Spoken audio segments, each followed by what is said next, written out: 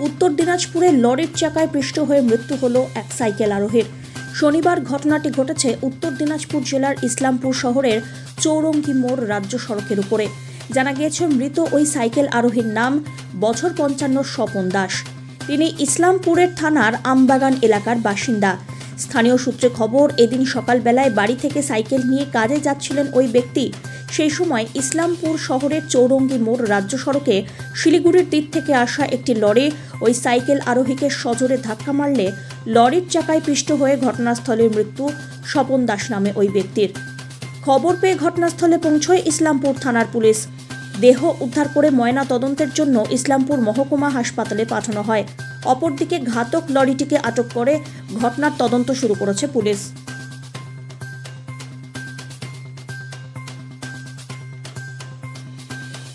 এটা ট্রাফিকেরই গাফিলতি আছে, কারণ ট্রাফিক যদি এদেরকে সাইড করে তাহলে কিন্তু রাস্তা সবসময় ক্লিয়ার থাকবে। ট্রাফিকের গাফিলতির জন্যই কিন্তু আজকে এটা ঘটলো।